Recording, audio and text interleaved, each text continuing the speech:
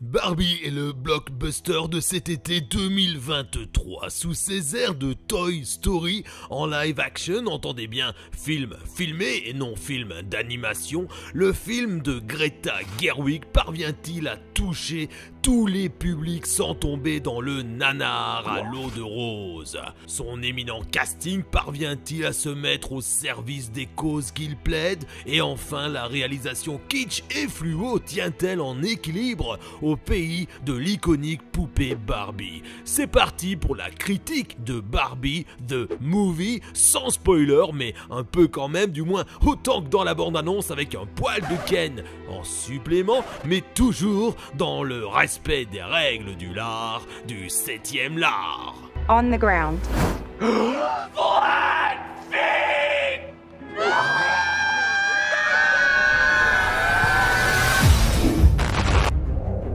Ce mercredi 19 juillet marquait le millésime 2023 du cinéma façon Hollywood au fer rouge, que dis-je, au fer rose, avec les sorties conjuguées de Oppenheimer d'une part et celles de Barbie d'autre part. Ce sont deux grands studios, respectivement Warner Bros pour la bombe atomique blonde et Universal pour la bombe atomique moins sulfureuse de Christopher Nolan, qui ont rempli les salles obscures. Et avant de me pencher sur ce qui a le mieux ou le moins bien fonctionner avec ces blockbusters estivaux, il est jouissif de souligner à quel point il est bon de voir l'engouement que ces sorties ont pu susciter. Depuis Top Gun 2 l'été dernier, le cinéma blockbusterien a fait un retour fracassant et est parvenu non seulement à sauver une industrie cinématographique sur le déclin, mais surtout à rassembler autour d'un seau de popcorn. Et ça, c'est une victoire. Pour en revenir à Barbie, les trailers, la communication et les multiples opérations marketing semblent avoir prémâché la tâche du film en lui-même et même tracé le succès de son lancement presque comme jamais. Certes, si très peu de séances presse avaient été organisées avant la sortie officielle du film, une véritable avant-première a cartonné le mardi 18 et l'engouement des fans venus déguisés pour l'événement a contribué à une espèce de hype orchestré de main de maître, de maîtresse, par Mattel et la Warner. Les teasers et les trailers ont braqué leur plus belle lumière sur Margot Robbie et leur moins belle sur Ryan Gosling pour signifier qu'on n'était pas là pour se moquer du peuple et qu'on avait bien l'intention de leur jeter du bon jeu et du bon pain pour l'avènement de Barbie au cinéma. On avait même titillé les mâles en chaleur en manque de rêve avec une allusion à 2001, l'Odyssée de l'espace, carrément balancée en plein trailer, bande de sagouins. La réalisatrice, quant à elle, Greta Gerwig, allait attiser la curiosité des plus cinéphiles avec son CV de réalisatrice certes peu fournie, mais déjà pour le moins éclectique, puisqu'elle était déjà à la baguette pour les inspirer Lady Bird et les filles du Dr March. Prêt à se faire prendre pour des cons? Alors c'est parti, mon kiki, ma Barbie.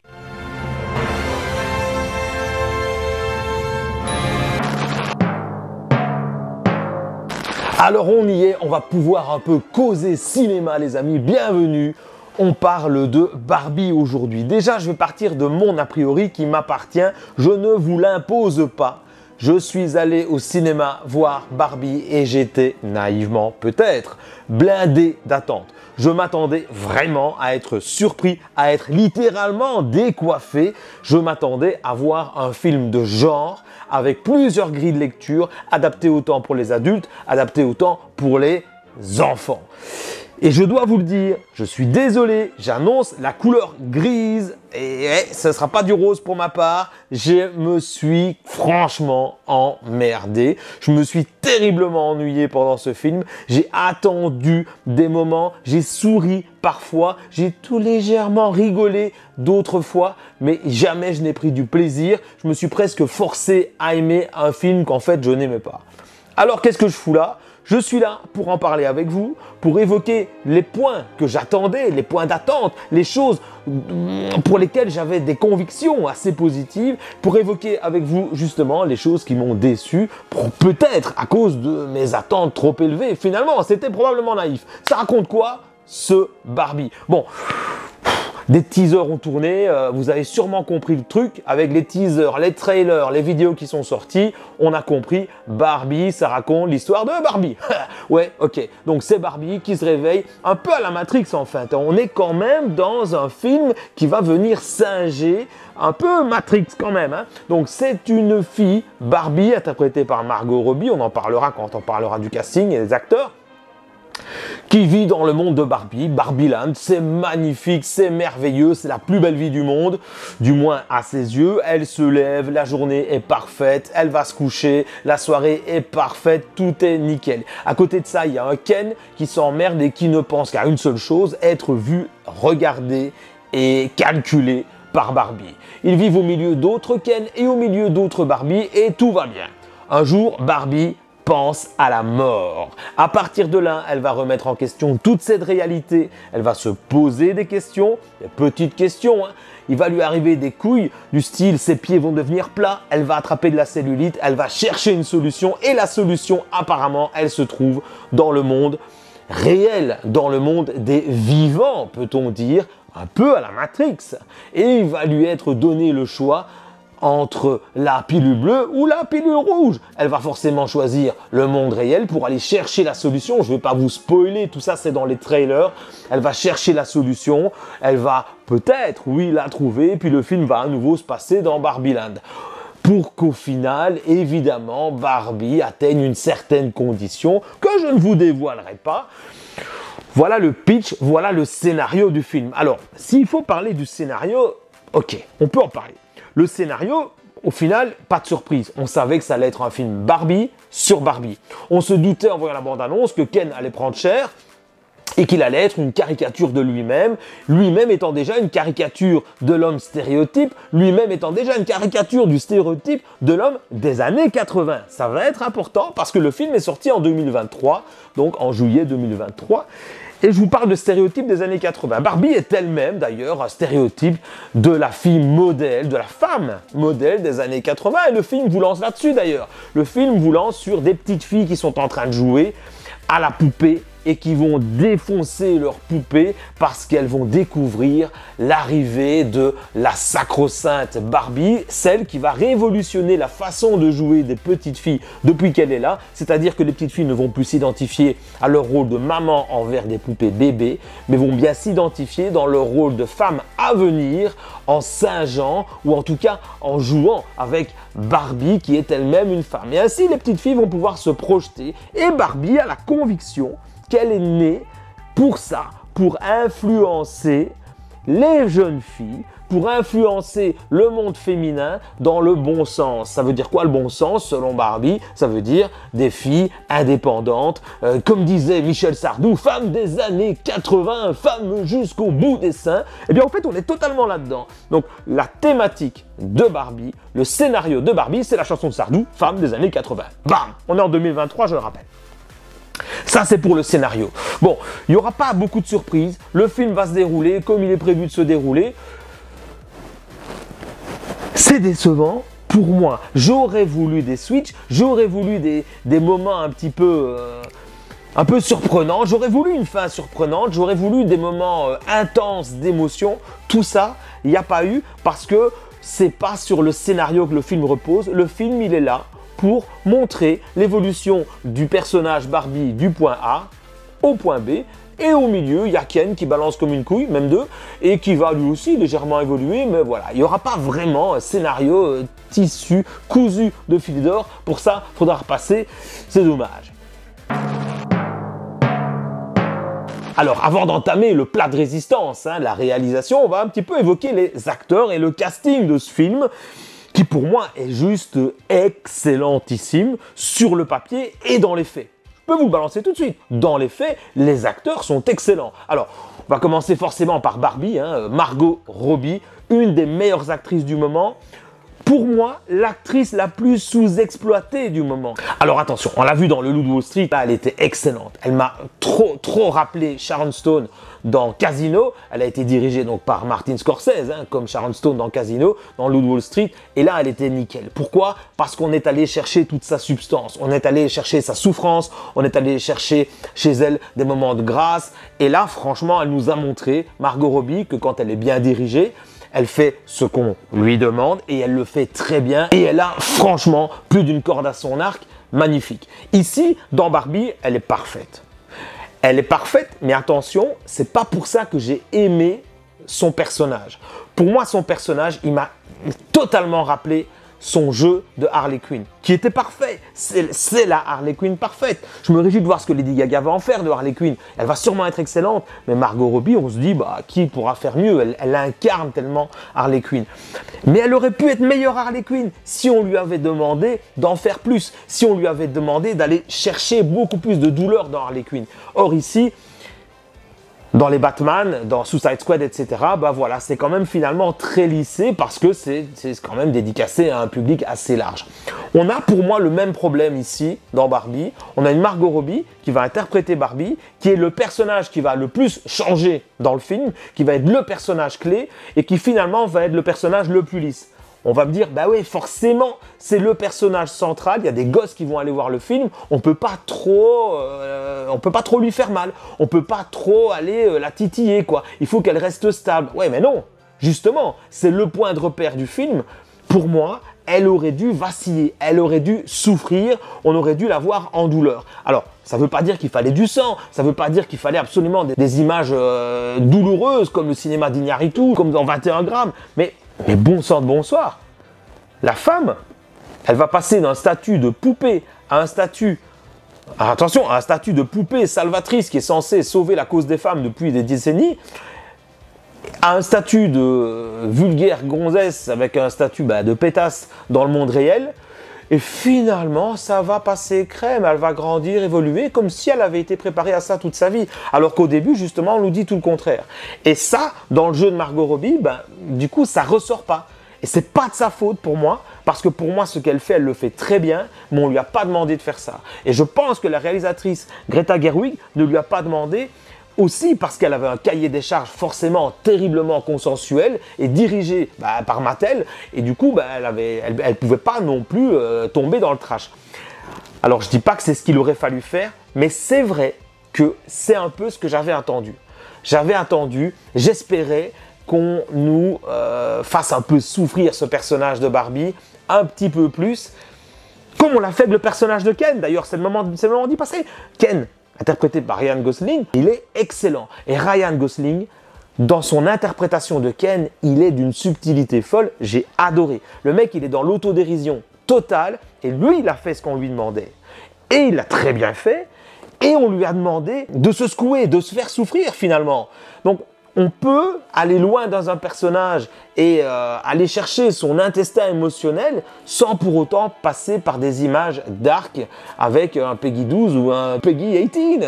Donc on peut très bien autoriser des enfants à aller voir un film dont un des personnages souffre. C'est le cas de Ken. Lui, il va évoluer. Il passe de son statut de loser qui attend qu'une chose, c'est d'être repéré par Barbie. Barbie, bon, elle a rien à foutre. Elle s'en fout complet. Genre Ken, il est là pour...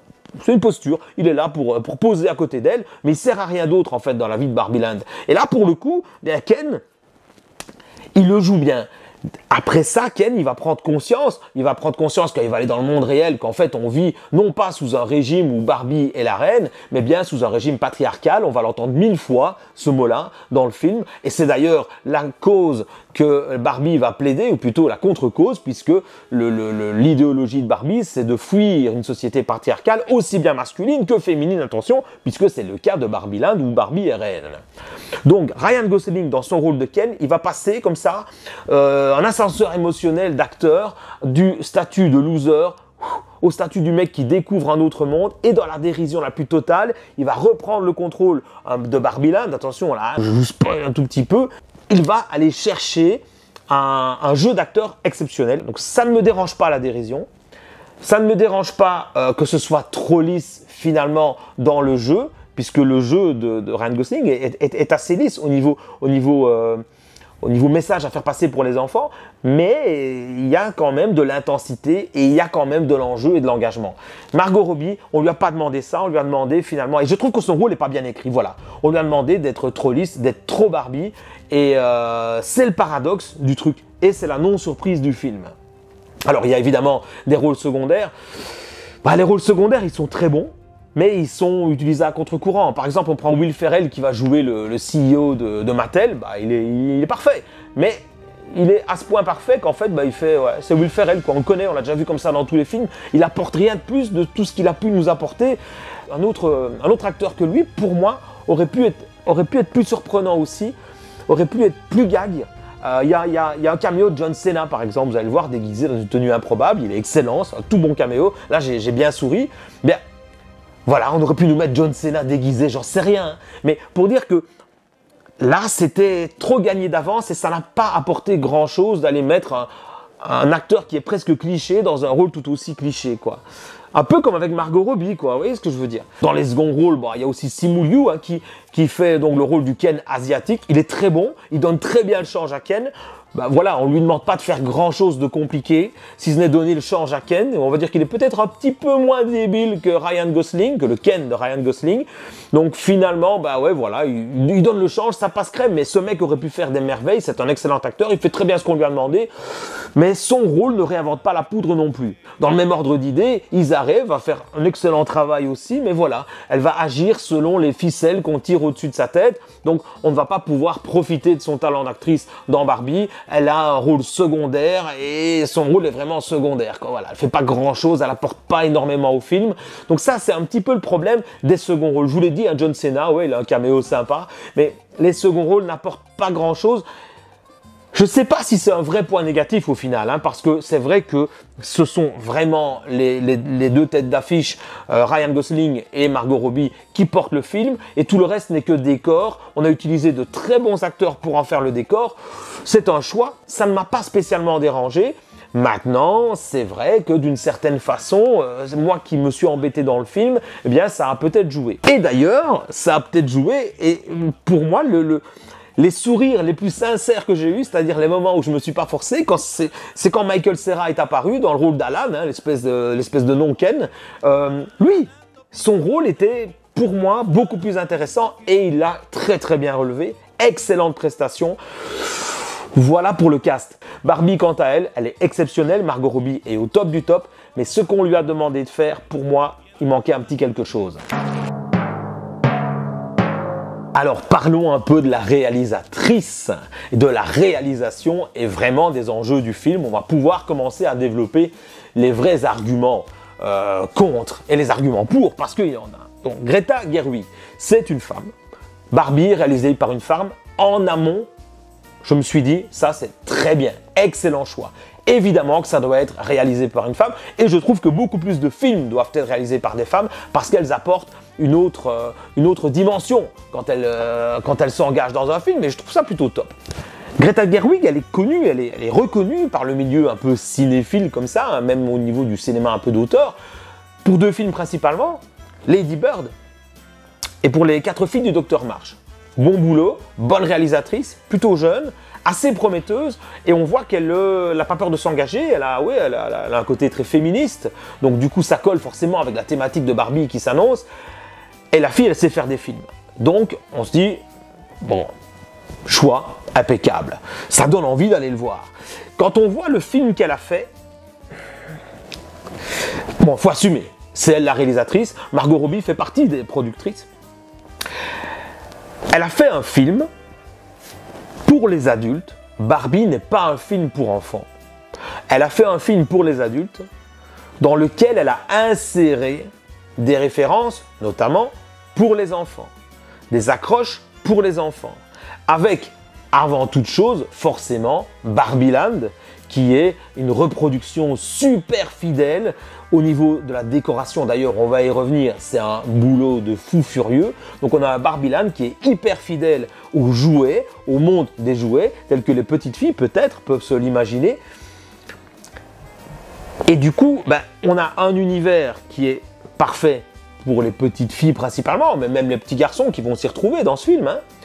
Et on a des rêves pendant le film et suffisamment de choses à manger pour qu'un enfant puisse s'accrocher. Et surtout, troisième chose, qui pour moi est quelque chose qui m'a déplu, on a toutes les limites du consensuel dans ce film. Qu'est-ce que je veux dire? Je veux dire que on vous montre un film avec une thématique super féministe, avec un rôle de la femme totalement remis en question, même un rôle de l'homme totalement remis en question dans Barbie Land. Il y a de la place pour laisser s'exprimer beaucoup d'émotions, je vous en ai parlé un petit peu dans le jeu d'acteur, mais tout ça a été polissé et à un moment donné, quand il y a moyen de partir dans du cinéma où on y va, où on est un peu trash, où on fait un peu mal, en fait on sent les limites, les frontières d'un film qui est autorisé aux enfants.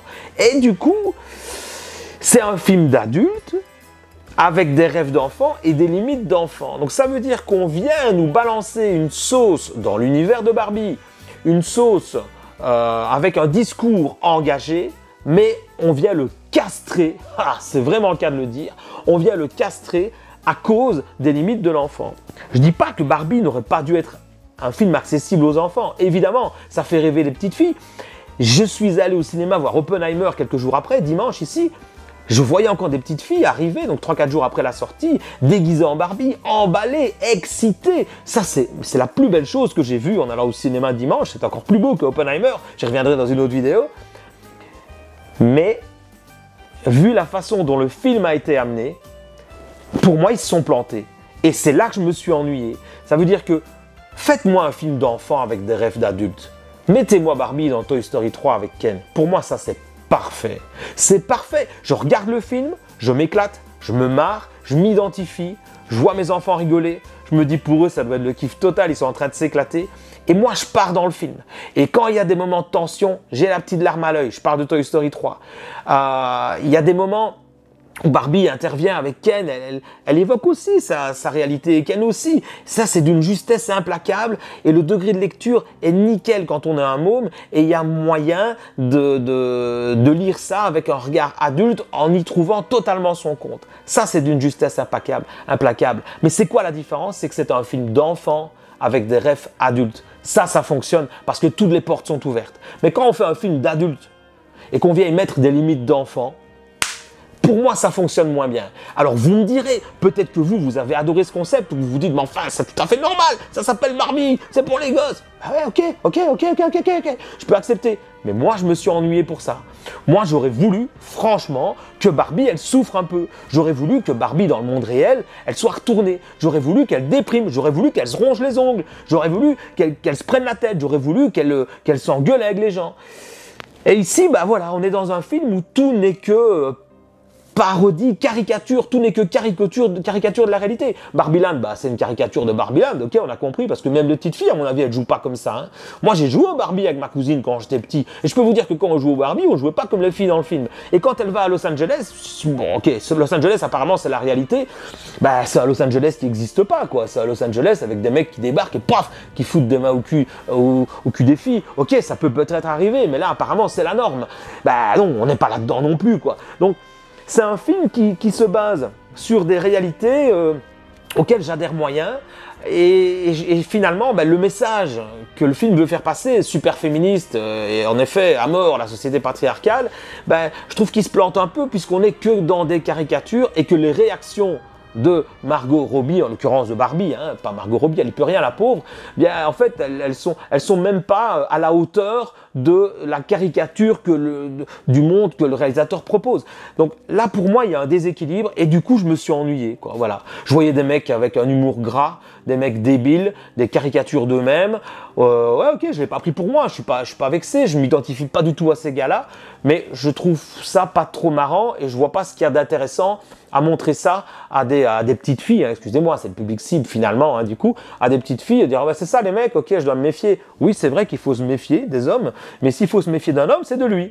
J'aurais dû mettre ce t-shirt-là. Le méchant du film, ça devait être lui, tu vois. Ça, c'est un vrai méchant.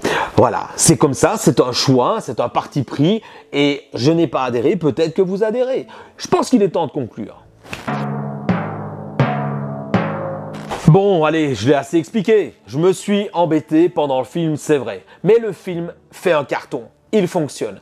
Alors là, je dis bravo. Les gens vont au cinéma. Je suis le plus heureux du monde quand je vais au cinéma, que je vois une salle pleine. Encore plus quand je vois des mômes au cinéma. Et si je vois des mômes déguisés, pour moi, c'est gagné. Si en plus de ça, ils bouffent des pop-corn. Mais évidemment qu'ils ont raison. On ne vit qu'une fois. Et c'est ça le bonheur du cinéma. Encore plus en famille.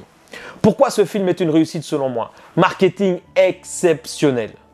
Marketing de fou au niveau des enfants. Ils n'ont pas vraiment annoncé leurs enjeux. Ils nous ont pas vraiment dit que ça allait être un film d'adulte. Donc les gosses, ils y vont et ils sont conquis d'avance. On arrive au cinéma, le cinéma est décoré, il y a une boîte Barbie, on peut faire une photo dedans, c'est parfait. Les gosses sont conquis, ils sont presque obligés d'aimer quand ils vont y être. Bon, il y a Barbie, il y a Margot Robbie, elle est tellement parfaite et elle est tellement l'actrice que les petites filles rêveraient aussi d'être. Peut-être, en tout cas, celles qui aiment les Barbie, attention, je suppose que c'est elles qui vont voir le film.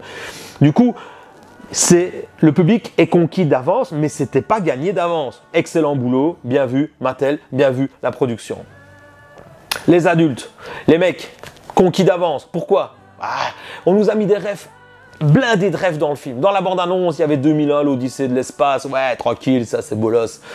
Pendant le film, vous allez voir une borne Mortal Kombat. Ouais, la Warner, bien vu, Mortal Kombat va sortir en septembre, je suis au courant, tranquille. Ouais, j'ai repéré. Il y a des fans sur Rocky. Ouais, j'ai reconnu la scène. Ouais, même le truc des lunettes. Le tout est une espèce de caricature de Matrix. Ouais, j'ai la rêve, tranquille. Donc les mecs, bah oui, c'est bon, ils les ont achetés, les mecs, à coup de rêve. Les femmes, elles leur ont vendu du rêve en mode nostalgie, femmes des années 80. Vous êtes nés dans les années 80, vous avez aujourd'hui 40, 43 ans, vous êtes le public cible, vous allez kiffer aussi, il y a un message féministe, etc. Vous verrez, on est dans un bon compromis, vos filles vont aimer. Finalement, tout le monde est content d'aller voir ce film, mais je ne sais pas qui sera vraiment content de l'avoir vu. Parce que pour moi, je l'ai dit pendant mon développement, c'est un film d'adulte qui est limité par son cahier des charges pour enfants. L'inverse est parfait. Un film pour enfants avec un cahier des charges qui va avoir des exigences pour que les adultes s'amusent, passent un bon moment, ça, c'est un bon film. Ici, l'inverse, ça n'a pas fonctionné, ça pourrait fonctionner, mais la recette est beaucoup plus compliquée. Et Greta Gerwig, pour moi, elle s'est un peu plantée. Voilà, le message du film, il est bien sûr très bon, c'est sa forme qui m'a plus dérangé. Quoi qu'il en soit, les amis, je vous remercie d'avoir suivi. Je n'ai pas aimé ce film et pourtant, j'ai rêvé de l'aimer. Allez, à bientôt, ciao!